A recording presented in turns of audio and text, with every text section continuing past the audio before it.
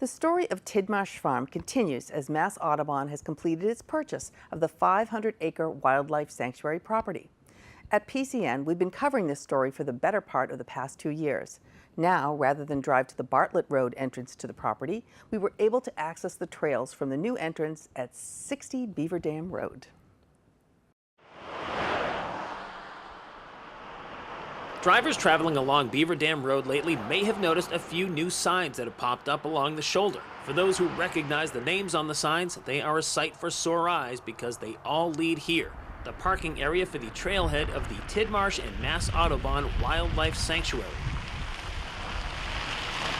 A little over a year ago, in October of 2016, Mass Audobon hosted a walking tour of Tidmarsh just up the road from here as they kicked off their fundraising campaign to purchase the property.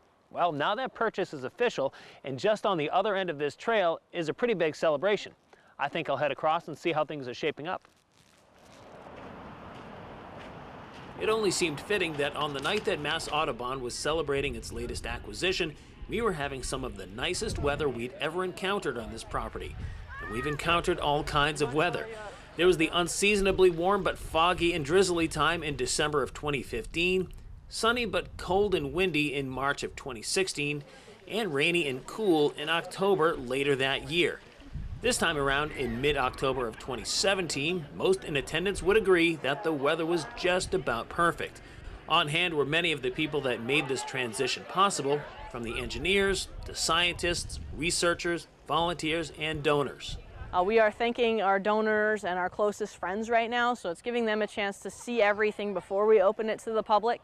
And so they're getting an opportunity to see the trails for the first time. They're walking around, they are seeing some of what the researchers through the Living Observatory have been doing out here and engaging in that, and we're thanking all the folks who made this happen today. As an outside observer, seeing this change in landscape over such a short period of time is really quite remarkable. Where the tent is now looked like this less than 2 years prior. What these folks are looking at here may have looked like this. It's almost as if a new chapter has been written in this ongoing saga each time we come back. Tidmarsh Wildlife Sanctuary is really a story of hope. It's a story of, change and resilience. It's a story that, we can take land that has been impacted and make sure that it has the best possible outcomes. So we have a place that, was farmed for generations, and that was great because we all love cranberries. But when that no longer is possible, there's an opportunity to return that to nature.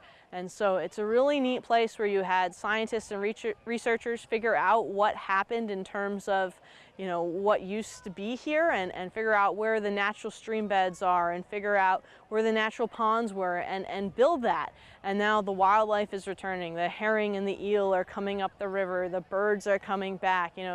I'm lucky enough to live here, so I get to see every day, the northern harriers flying around and the owls hooting at night. And it's a really, wonderful story of hope to me.